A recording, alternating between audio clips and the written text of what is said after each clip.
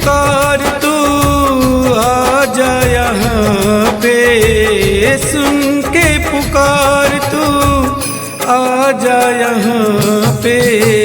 राह निहारूं मैं कब तक यहाँ पे, बेटा न बुलाए ऐसा हो नहीं सकता, माँ से जुदा होके रह नहीं सकता।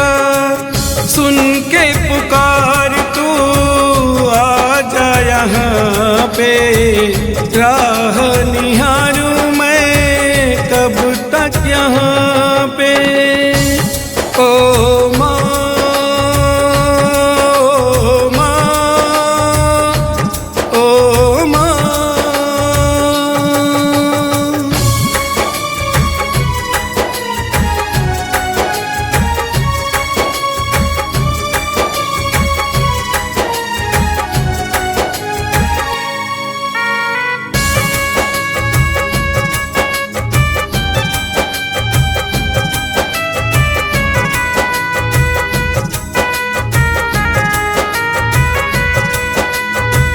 सुना है कि माता तू तो बिगड़ी बनाती है, सुना है कि माता तू तो बिगड़ी बनाती है।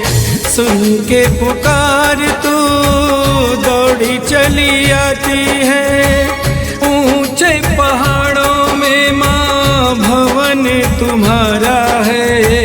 कैसे मैं आऊँ माँ जग से हूँ हारा मैं, सुन के पुकार तू आ जा यहाँ पे। राह निहारूं मैं कब तक यहाँ पे। ओ माँ, ओ माँ, ओ माँ।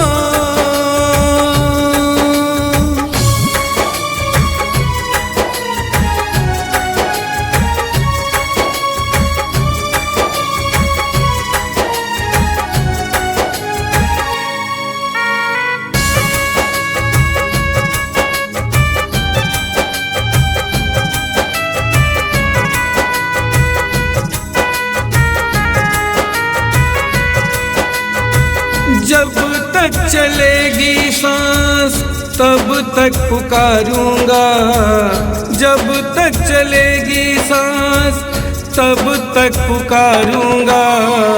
तुझको आना होगा जब मैं बुलाऊंगा, भव में फंसा हूँ माता पार तू कर दे। अपने भक्त की